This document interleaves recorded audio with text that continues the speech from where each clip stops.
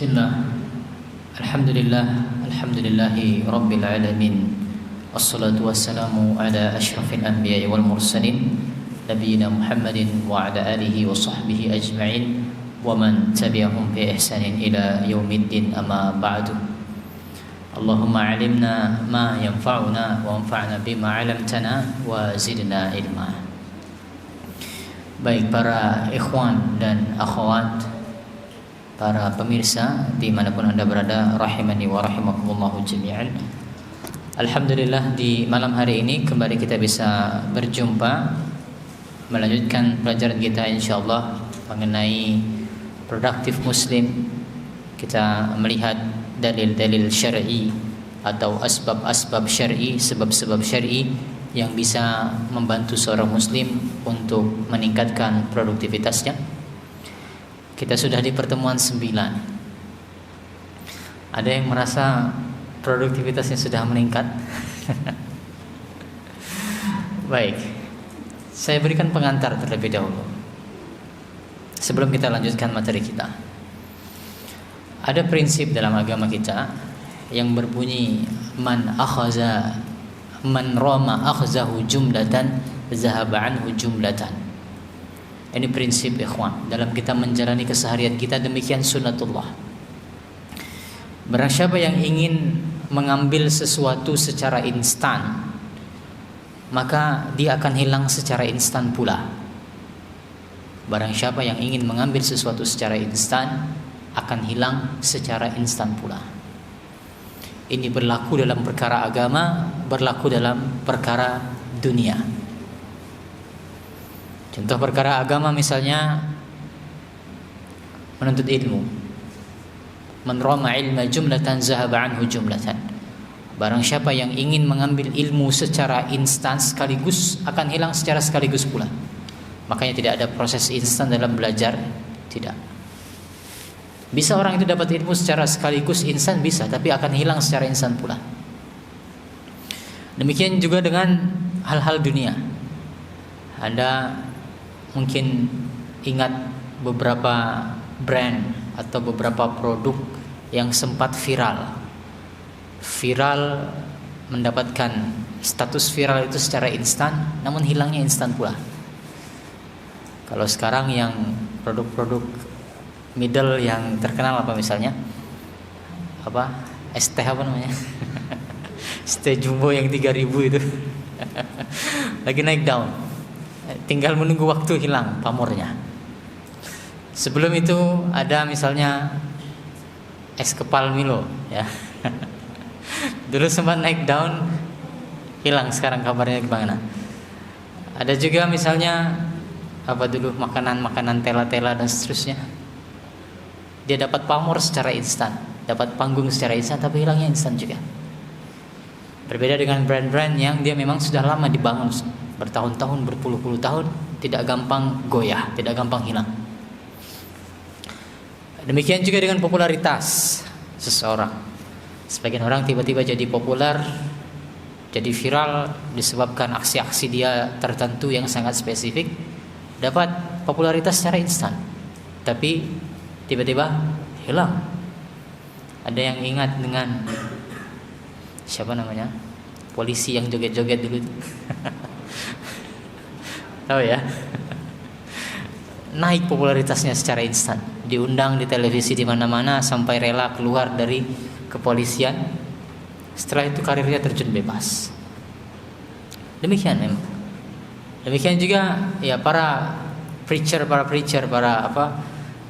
khutbah, orang-orang berbicara tentang agama sempat viral, akhirnya tergerus oleh zaman. Beda dengan para ustadz kita yang memang dia mendapatkan popularitas meskipun bukan tujuan mereka, tapi Allah yang memberikan kepada mereka popularitas disebabkan memang mereka berpengalaman panjang di sana. Ustadz-ustadz kita yang tenar, memang mereka membangun, mengisi pengajian di sana sini, memang penuh jadwalnya dengan, memang itu yang terus mereka bicarakan, sehingga mereka mendapatkan popularitas tidak secara instan, makanya terus mereka eksis. Nah, yang berhubungan dengan pembahasan kita juga adalah kalau Anda datang ke Gramedia, ke Togamas atau ke manapun toko buku, cari buku yang mengajarkan kepada Anda untuk meningkatkan produktivitas. Sebagiannya akan menjanjikan kepada Anda akan meningkat produktivitasnya dalam sekian puluh jam misalnya. Apakah mungkin? Jawabannya mungkin. Namun prinsipnya tadi sekali lagi, man rama akhzahu jumlatan zahaba anhu jumlatan. Barang siapa ingin mendapat sesuatu itu secara instan, hilangnya secara instan pula. Coba Anda perhatikan, ya, buku-buku entah itu pengarang lokal atau buku-buku terjemahan yang sudah diterjemahkan, sudah diimpor, mengajarkan tentang habit-habit tertentu, produktivitas tertentu. Bisa Anda mengadopsinya 1 hari, 2 hari, 1 pekan, 2 pekan Anda masih bisa, tapi seringnya hilang, tidak menetap pada diri kita, tidak bisa konsisten, karena memang didapatkan secara instan. Oleh karena itulah kita berfokus kepada apa yang saya sampaikan. Saya lebih ke arah untuk menanamkan pondasi-pondasinya terlebih dahulu, ya. Makanya Anda lihat ada sebuah hadis yang sangat menarik, hadis tentang keutamaan solat 12 rakaat dalam 1 hari, yaitu akan Allah bangunkan rumah di surga. Hadis ini sangat menarik ya ikhwan. Menariknya apa? Hadis tersebut diriwayatkan oleh sahabat.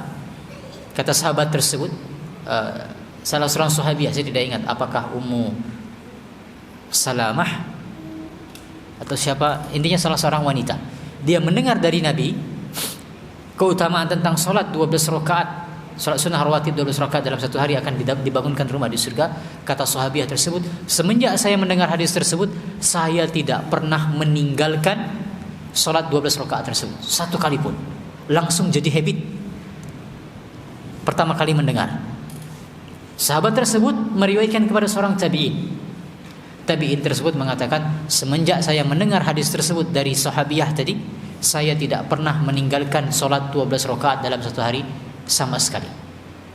Tabi'in tadi meriwayatkan ke generasi berikutnya, tabi'ut tabi'in juga mengatakan, semenjak saya mendengar hadis tersebut dari tabi'in, itu menjadi habit saya, tidak pernah saya meninggalkannya 1 kali pun, sampai beberapa generasi seperti itu, dan langsung bisa menjadi kebiasaan. Apa sebabnya? Karena pondasi-pondasi itu telah diletakkan pada diri mereka. Para sahabat dulu ketika Nabi SAW memberikan sesuatu, mengajarkan sesuatu, langsung bisa jadi habit bagi mereka. Bagaimana Umar bin Khattab dulu biasa bersumpah dengan kakek nenek moyang, ya, dengan nenek moyang. Ini kebiasaan Umar bin Khattab. Datang Islam, Nabi mengajarkan tidak boleh bersumpah selain atas nama Allah. Kata Umar bin Khattab, semenjak saya mendengar hal tersebut dari Nabi, saya tidak pernah lagi bersumpah 1 kali pun atas nama selain Allah. Mudah bagi dia. Bagaimana juga para sahabat ketika pertama kali diharamkan khamar. Diharamkan khamar pada diri para sahabat, pada para sahabat zaman sahabat dulu. Awalnya khamar itu halal, mubah. Bahkan khamar itu bagi para sahabat dulu ibarat teh bagi kita. Nyantai itu minumnya khamar. Kalau ada tamu yang disajikan khamar, duduk di tempat tongkrongan yang diminum adalah khamar, mendarah daging di kalangan para sahabat ketika itu. Tapi begitu Nabi SAW mengharamkan khamar, Allah Subhanahu wa taala mengharamkan khamar, itu langsung jadi habit mereka. Maksudnya mereka bisa meninggalkan habit tersebut. Mereka bisa meninggalkan habit tersebut, bahkan diriwayatkan mereka langsung menumpahkan khamar sampai-sampai jalanan di kota Madinah sampai banjir oleh khamar. Mudah untuk mengganti habit, mudah untuk menciptakan habit tertentu. Apa sebabnya? Karena memang pondasi-pondasinya sudah dibangun. Maka itulah yang saya inginkan. Dari apa yang kita bahas selama beberapa pekan ini, kita bangun terlebih dahulu pondasi-pondasinya. Memang yang namanya membangun pondasi itu butuh waktu yang lama. Namun insya Allah mudah-mudahan menjadi sesuatu yang lebih mengakar di dalam diri kita masing-masing. Mudah-mudahan. Baik, kita lanjutkan sekarang. Pembahasan kita adalah bagaimana kita mengelola waktu-waktu non-produktif. Kita bahas terlebih dahulu apa yang saya maksud dengan waktu non-produktif di sini. Saya tuliskan di draft buku yang saya munculkan di layar. Yang dimaksud aktivitas non produktif adalah perkara adah yang pada asalnya adalah mubah. Adah itu adalah rutinitas. Ya, adah adalah rutinitas. Pada asalnya dia mubah. Atau perkara ibadah yang seandainya kita berlama-lama mengerjakannya tidak akan menambah manfaat bagi kita. Variabel waktu tidak berfungsi di sana. Semakin lama itu tidak kemudian menambah pahala Anda, tidak. Kita lihat nanti contoh-contohnya. Artinya variabel waktu bukanlah variabel yang menambah kebermanfaatan. Karena memang terdapat sebagian pekerjaan yang semakin lama akan semakin menambah manfaat. Semisal membaca Al-Quran. Semakin lama Anda membaca Al-Quran, maka semakin besar pahalanya. Semakin lama Anda beriktikaf, salat malam, duduk di majelis ilmu, membantu orang lain, semakin menambah manfaat. Ini contoh aktivitas produktif yang saya maksud. Variabel waktu bekerja di sana. Berbanding lurus, semakin banyak waktu, manfaat yang didapatkan semakin banyak. Tapi berbeda dengan aktivitas non produktif yang saya maksudkan di sini, ya, di mana semakin banyak waktu yang Anda gunakan tidak akan menambah kebermanfaatan, tidak akan menambah pahala. Misalnya berjalan kaki. Anda misalnya berjalan kaki ke masjid. Ini jelas ibadah, yang cara bagian dari ibadah. Tapi apakah, pertanyaan saya, Anda kalau semakin lama ke masjid, jaraknya sama, ya, dari rumah Anda misalnya 1 kilometer, Anda perlambat langkah Anda ke masjid dengan Anda percepat langkah Anda ke masjid, apakah pahalanya berbeda? Sama atau tidak pahalanya? Anda berjalan dengan cepat ke masjid atau Anda berjalan dengan santai ke masjid, lambat-lambat, sama atau tidak pahalanya? Kenapa berbeda?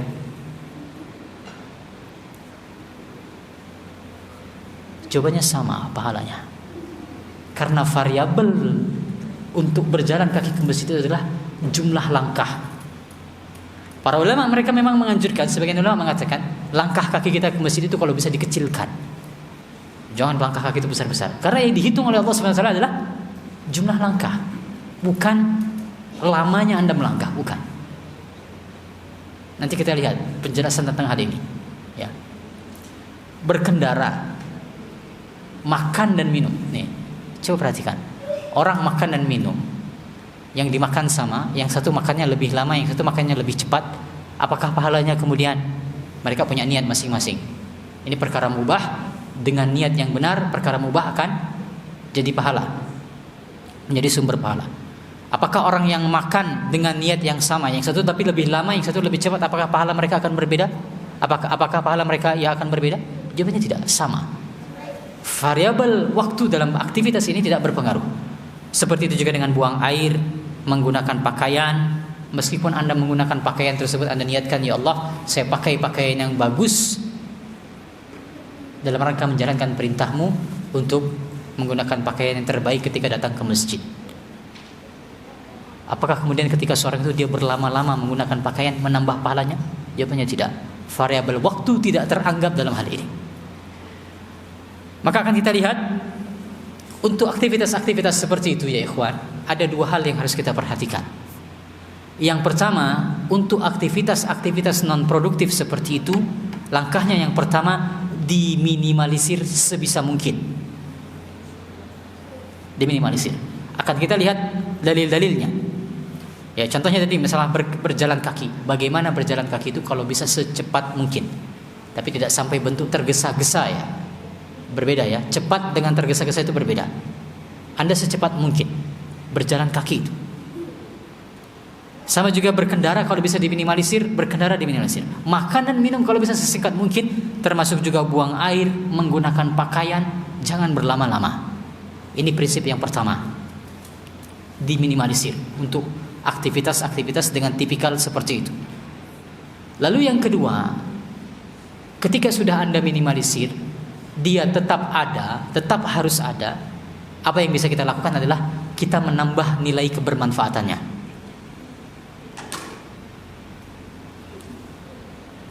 Misal, ke masjid tetap harus berjalan kaki, meskipun sudah cepat, tetap ada aktivitas berjalan kakinya. Maka dalam hal yang demikian kita tambahkan aktivitas bermanfaat ketika kita berjalan kaki tersebut. Makanan minum tetap harus ada, tidak bisa kita menghilangkan makanan minum. Lalu kemudian kita menambahkan aktivitas yang bermanfaat ketika kita makan dan minum tersebut. Detailnya seperti apa akan kita lihat satu persatu. Kita lihat yang pertama, yang saya sebutkan tadi, berjalan. Lihat ikhwan, bagaimana Nabi SAW itu berjalannya itu cepat. Kata Abu Hurairah, la ra'aitu syai'an ahsana min Rasulillah SAW. Aku tidak pernah melihat orang yang lebih tampan selain Rasulullah SAW. Sebelum kita lanjutkan, perlu Anda ketahui ada 3 pendapat tentang siapa manusia yang paling tampan. Pendapat pertama, pendapat yang paling terkenal adalah Nabi Yusuf. Pendapat kedua mengatakan adalah Nabi Adam. Nomor 3, pendapat ketiga adalah Nabi Muhammad SAW. Sebagian ulama berpendapat manusia paling tampan, laki-laki paling tampan adalah Nabi kita Muhammad. Mereka menafsirkan sabda Nabi SAW bahwasanya Yusuf itu u'tiya syatrul hasan. Nabi Yusuf itu diberikan separuh ketampanan. Kata ulama yang berpendapat dengan pendapat ketiga ini adalah separuh ketampanan di sana maksudnya ketampanan Nabi Muhammad. Maka Yusuf itu separuh dari ketampanan Nabi Muhammad menurut pendapat ini. Ya, mereka berdalil salah satunya dengan perkataan Abu Hurairah ini. Kata Abu Hurairah, aku tidak pernah melihat orang yang lebih tampan melebihi Rasulullah. Kana syamsya tajri fi wajhihi, seakan-akan di wajah beliau itu bersinar cahaya, matahari bersinar. Nah, yang menjadi pelajarannya adalah ini, perkataan Abu Hurairah. Wa ma ra'aitu ahadan asra'a fi mashyatihi min Rasulillah sallallahu alaihi wasallam. Aku tidak pernah melihat orang yang jalan kakinya itu lebih cepat dibandingkan Rasulullah SAW. Artinya Rasulullah itu adalah orang yang jalannya paling cepat menurut Abu Hurairah. Ka'annama al-ardu tutwa lahu, seakan-akan bumi itu dilipat bagi Rasulullah. Baru saja dilihat di sini, beberapa detik kemudian sudah di sana. Maksudnya Abu Hurairah, bumi itu dilipat demikian. Saking cepatnya Nabi itu berjalan. Ya, mungkin kalau bahasa anak-anak muda ya seperti teleportasi seperti itu. Tiba-tiba sudah di sana, tiba-tiba sudah di sana. Seakan-akan bumi itu dilipat bagi Rasulullah.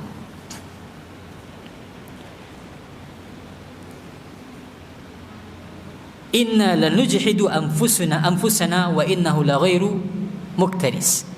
Kami itu kalau ingin mengikuti Nabi SAW itu harus bersungguh-sungguh supaya tidak ketinggalan. Kalau tidak bersungguh-sungguh mengikuti Rasulullah akan ketinggalan. Saking cepatnya Nabi berjalan. Dan beliau juga bukan orang yang cuek. Sehingga perhatikan ya ikhwan, bagaimana Nabi SAW itu efisien dalam menggunakan waktu untuk aktivitas non produktif seperti itu. Berjalan kaki dipercepat, diringkas. Ya. Yang ini bertolak belakang dengan culture kita di Indonesia. Insyaallah orang Indonesia itu kalau jalan kaki itu santai sekali. Santai. Anda silahkan perhatikan terkhusus kalau umrah. Ya, ketika umrah bersebelahan dengan orang Arab, bersebelahan dengan orang Pakistan. Terasa orang Indonesia itu jalannya itu santai. Tidak demikian yang dicontohkan oleh Nabi kita Muhammad SAW. Nabi itu kalau berjalan itu cepat. Ya, Nabi berjalan cepat.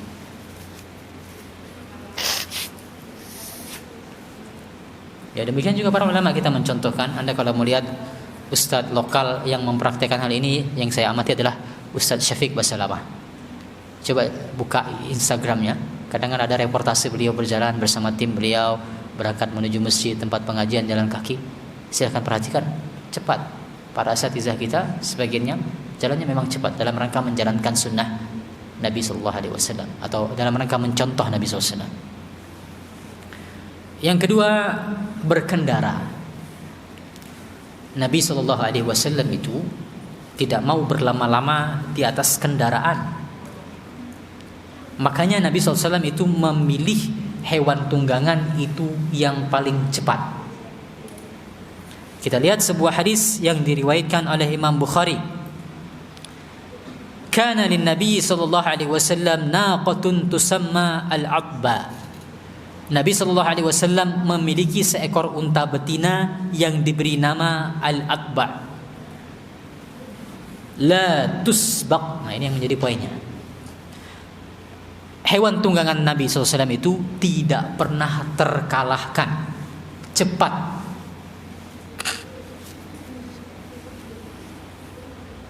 Ini keliru terjemah dalam pacuan kudanya keliru ya.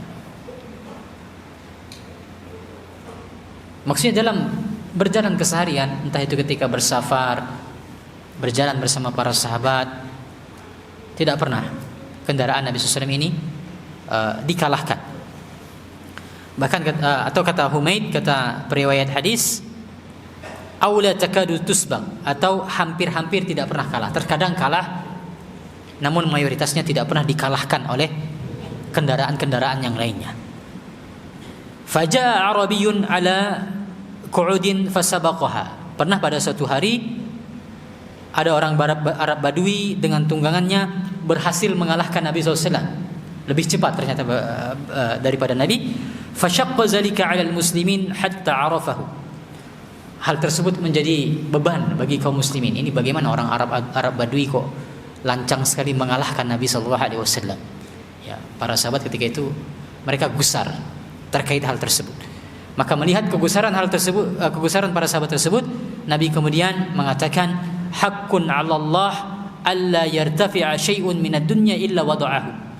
Merupakan hak atas Allah bahwasanya tidaklah sesuatu dari dunia ini naik menjadi tinggi kecuali Allah pasti akan merendahkannya.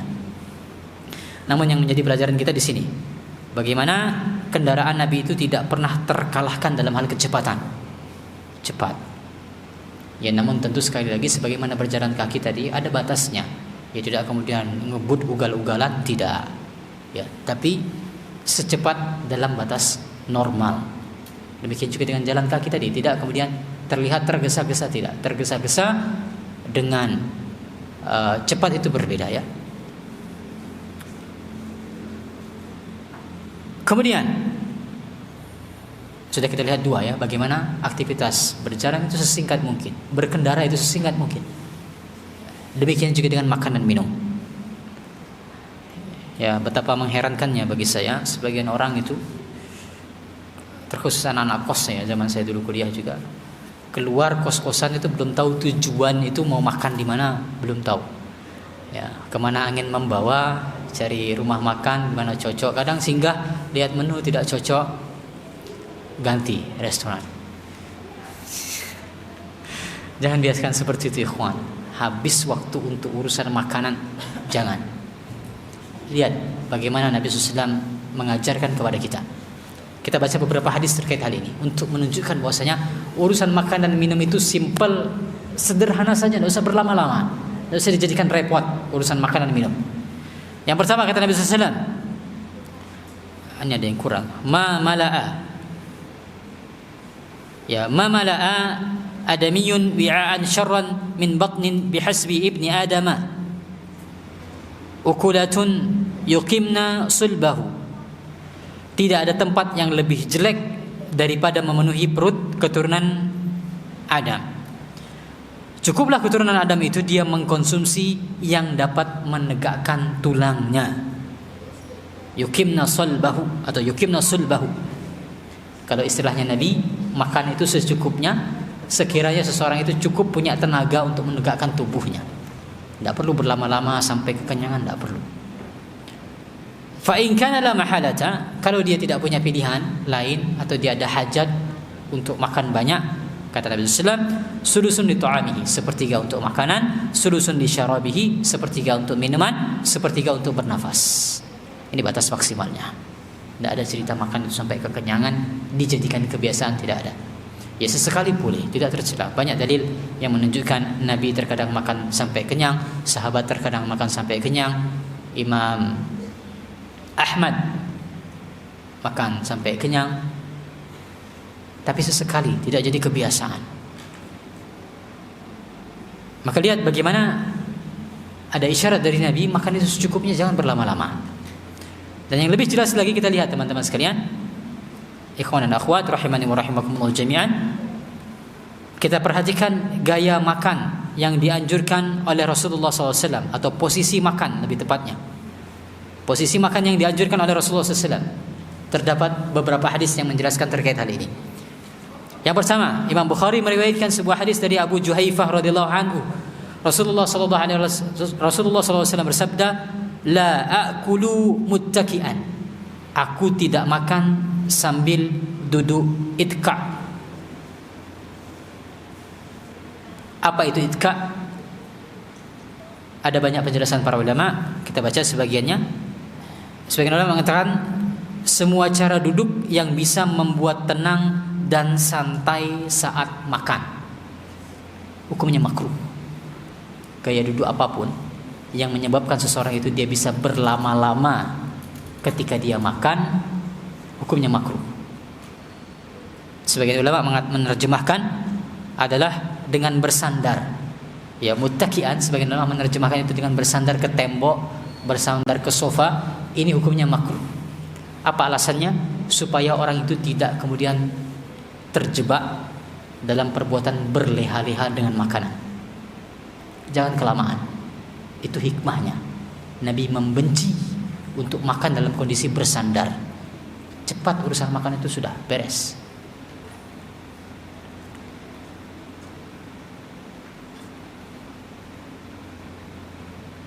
Nah, ini penjelasan Imam Nawawi terkait hadis tersebut. Kata Imam Nawawi, yang dimaksudkan oleh Nabi SAW adalah aku tidak makan makanan seperti orang yang ingin banyak makan lalu dia mengambil posisi duduk yang nyaman, posisi duduk yang PW.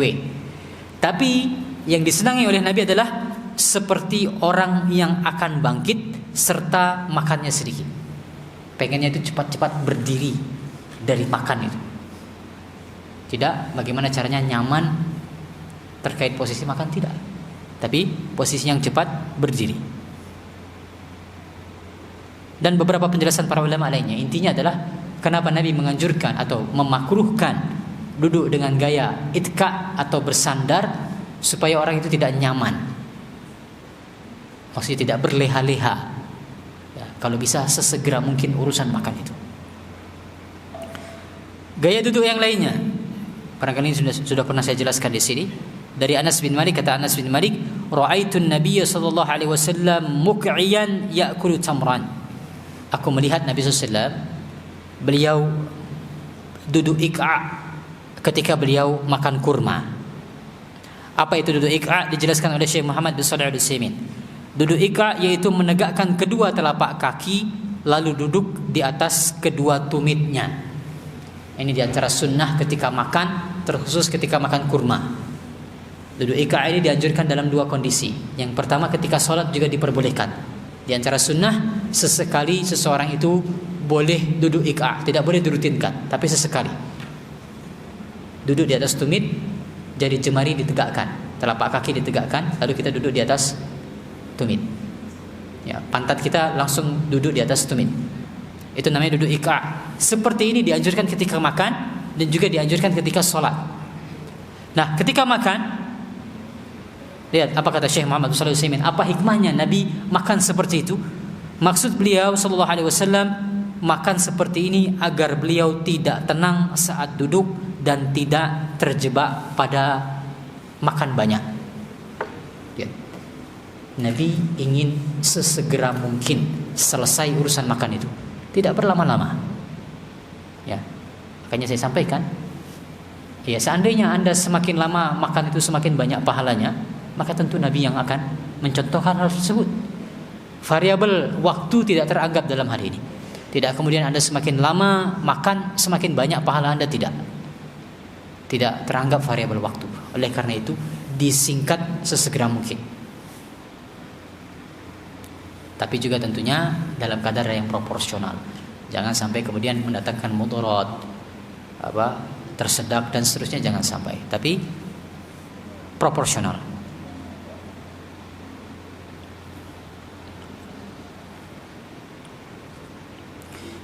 Demikian beberapa riwayat yang intinya sekali lagi bagaimana Nabi SAW mempersingkat waktu makan. Kita lihat yang berikutnya, yang lainnya.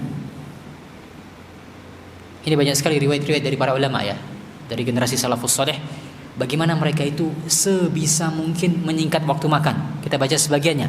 Ibnu Aqil berkata, Aku menyingkat semaksimal mungkin waktu-waktu makanku, sehingga aku lebih memilih memakan kue kering yang dicelup ke dalam air, dimakan sambil dibasahi, daripada memakan roti. Karena selisih waktu mengunyahnya, yaitu waktu dalam mencelup kue dengan air, lebih pendek daripada waktu memakan roti.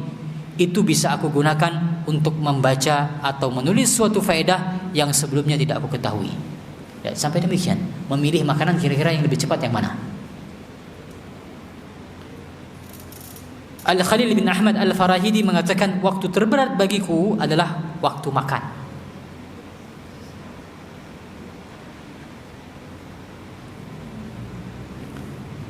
Daud At-Tai, ulama besar, biasa memakan roti yang dibasahi dengan air, dan dia tidak mau memakan roti kering. Ketika ditanya oleh pembantunya, apakah Anda tidak selera dengan makan roti kering? Daud menjawab, saya mendapatkan waktu yang cukup untuk membaca 50 ayat antara memakan roti kering dan roti yang basah. Demikian para ulama itu berupaya untuk menyingkat waktu makan. Yang ini bertolak belakang sekali lagi dengan kondisi kebanyakan kita zaman sekarang, terkhusus para pemuda. Rela habis waktu berjam-jam cuma urusan makan, milih tempat, berdiskusi dan seterusnya. Ya, kalau saya pribadi, kalau ada restoran yang terkenal, tempat makan yang terkenal penyajiannya lama, bagi saya itu sudah coret, tidak akan berkunjung ke situ lagi. Ya. Habis waktu kita jadinya urusan makan. Dan seterusnya, banyak sekali riwayat terkait hal ini ya ikhwan. Contoh yang lainnya adalah buang air. Ibnu Taimiyah berkata, jangan sampai seseorang itu berlama-lama di tempat itu tanpa keperluan, di kamar mandi. Karena berdiam lama di tempat itu adalah hukumnya makruh, karena itu adalah tempat keberadaan setan dan tempat disingkapnya aurat. Ibnu Hajar Al-Haytami ini harusnya ya, mengatakan dimakruhkan berdiam lama di tempat buang hajat. Disingkat. Jangan punya hobi bawa HP ke toilet, jangan. Ini unlimited, katanya unlimited ya. Pakai data, apalagi ada chargernya di toilet. Apalagi toiletnya toilet duduk. Jangan dibiasakan berlama-lama dalam hal demikian, jangan. Yang terakhir, contoh yang saya ingin tunjukkan adalah bagaimana Nabi SAW menggunakan pakaian. Ummu Salamah radhiyallahu anha mengatakan, "Kana ahabba siyabi ila Rasulillah sallallahu alaihi wasallam al-qamis." Pakaian yang paling disukai oleh Rasulullah SAW yaitu gamis. Pakaian yang paling disenangi oleh Nabi. Apa alasannya? Kita lihat penjelasan sebagian ulama. Kata Syekh Muhammad bin Shalih Al-Utsaimin, gamis lebih menutupi aurat dibandingkan pakaian model atasan dan bawahan, yaitu izar dan rida. Namun yang menjadi poinnya di sini adalah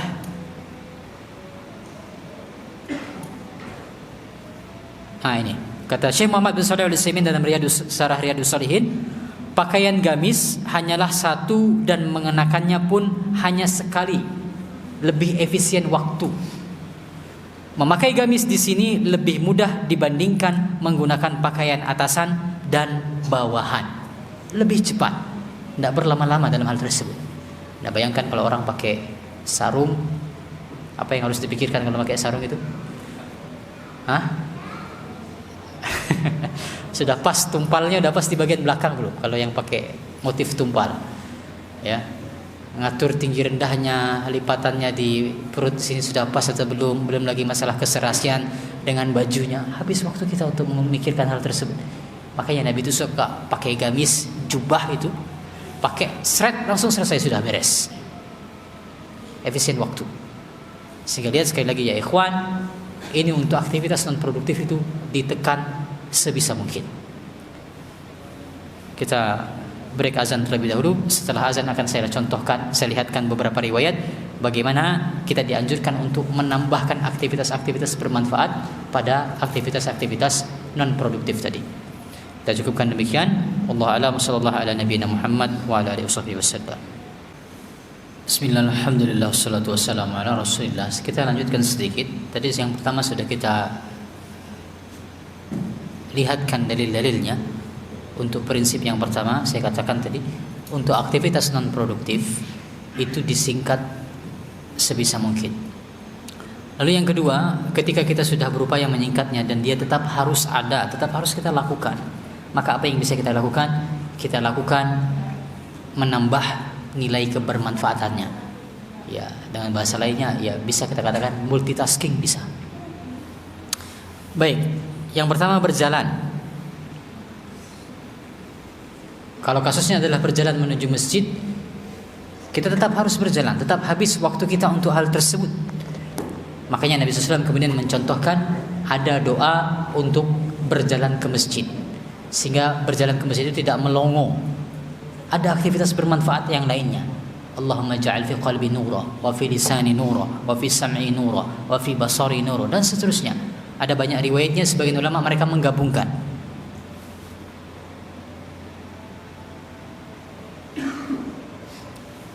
Doa menuju masjid. Ya, contoh untuk berjalan inilah yang paling banyak dicontohkan oleh para ulama kita. Misalnya Abu Nuaim. Contohnya Abu Nuaim,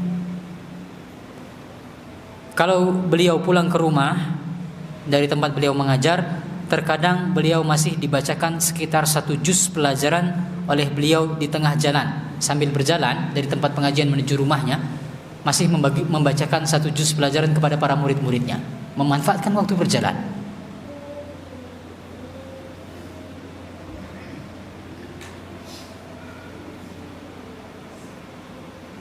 Ya, banyak sekali contohnya ya. Sungguh saya telah membaca satu bagian dari hadis Nabi di jalanku tadi. Ini perkataannya Abul Faraj. Al-Khatib Al-Baghdadi berjalan sambil memegang buku dan membacanya. Ini kebiasaan Al-Khatib. Al-Khatib Al-Baghdadi kemana-mana itu bawa buku, sambil jalan sambil membaca buku. Dan yang lain-lainnya, banyak sekali contohnya bagaimana para ulama itu mereka memanfaatkan waktu berjalan. Waktu berkendara sekarang, kalau tetap harus berkendara, sambil berkendara itu mengerjakan sesuatu yang bermanfaat. Itulah alasannya kenapa Nabi SAW saat berkendara itu sering sekali beliau mengajak orang untuk naik di kendaraan beliau, agar Nabi bisa menyampaikan sesuatu yang bermanfaat sambil berdakwah, sambil mengajarkan ilmu dan yang lain-lainnya. Makanya kata Ibnu Hajar Al-Asqalani, wa qad afrada Ibnu Mandah asma min ardifihi Nabi SAW khalfahu fabalaghu 30 nafsan. Kata Ibnu Hajar dalam Fathul Bari, Ibnu Mandah pernah menghitung jumlah nama yang pernah dibonceng oleh Nabi SAW dan hasilnya mencapai 30 orang.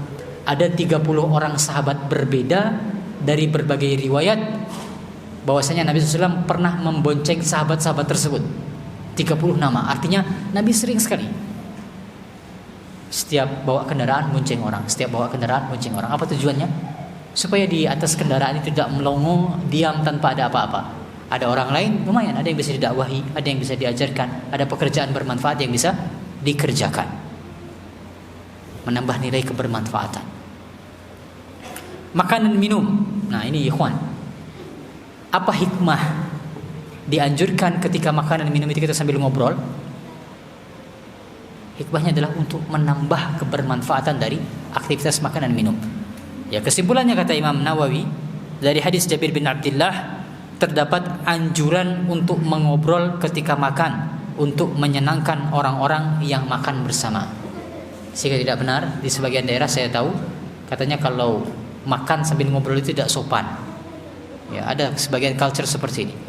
Yang benar adalah bahkan ini dianjurkan menurut sebagian ulama, bahkan termasuk sunnah. Menurut sebagian ulama termasuk sunnah ketika makan adalah ngobrol, agar ada nilai kebermanfaatan lainnya dari aktivitas makan.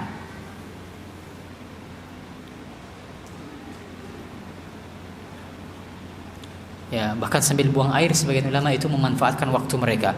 Kakeknya Ibnu Taimiyah, kakeknya Syekhul Islam itu ini ya. Kakeknya Ibnu Taimiyah bila masuk WC dia berkata kepadaku, bacalah buku ini untukku, keraskanlah suaramu sehingga aku dapat mendengarnya dari dalam WC. sehingga tidak melongo sia-sia. Dan seterusnya ada beberapa contoh dalam hal ini, tapi intinya sekali lagi ya ikhwan, untuk aktivitas-aktivitas non produktif cobalah kita menambah nilai kebermanfaatannya sehingga waktu tersebut tidak berjalan secara sia-sia. Wallahu alam, itu saja yang bisa saya sampaikan. Mudah-mudahan ada manfaatnya, lebih kurangnya mohon maaf. Kita gunakan waktu yang tersisa sedikit untuk tanya jawab.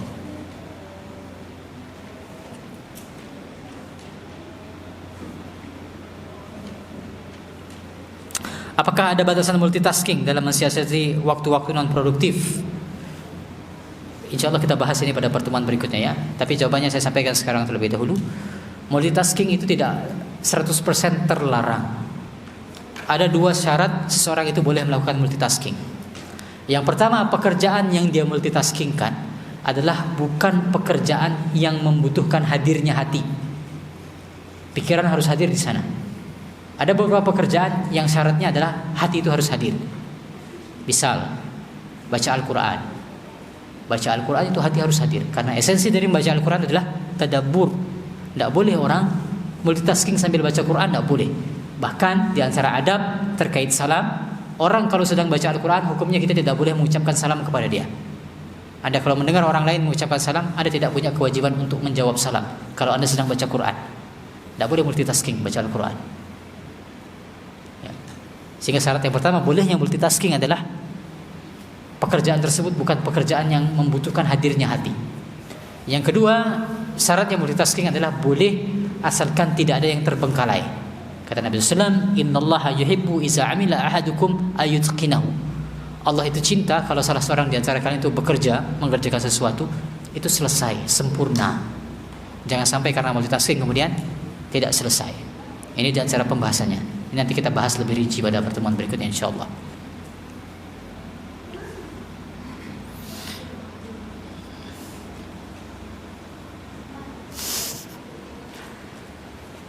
Baik.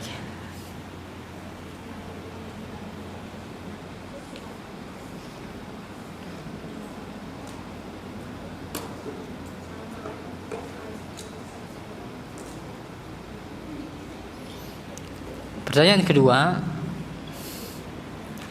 semisal kita sedang berkendara dan membawanya dengan kecepatan kencang atau ngebut untuk diniatkan agar lebih cepat sampai tujuan atau menyegerakan menyelesaikan suatu pekerjaan, apakah itu baik? Ya baik secara umum, asalkan tidak sampai batas yang berlebih-lebihan, tidak menyalahi aturan, tidak membahayakan diri Anda, tidak masalah ya dengan niat seperti itu. Asalkan jangan sampai mendatangkan mudarat ya.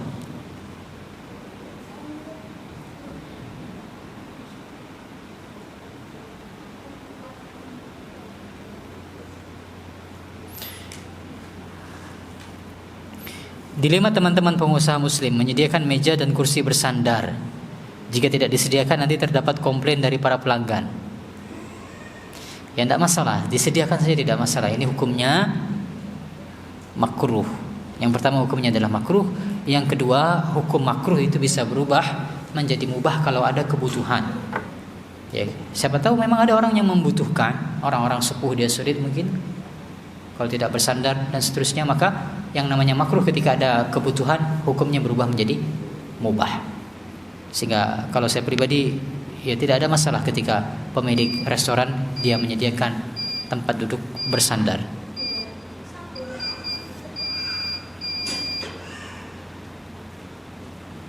Baik, kita cukupkan itu saja yang bisa saya jawab. Allahu a'lam, sallallahu ala nabiyina Muhammad wa ala alihi washabihi wasallam. Subhanakallahumma wa bihamdika asyhadu an la ilaha illa anta astaghfiruka wa atubu ilaik. Assalamualaikum warahmatullahi wabarakatuh.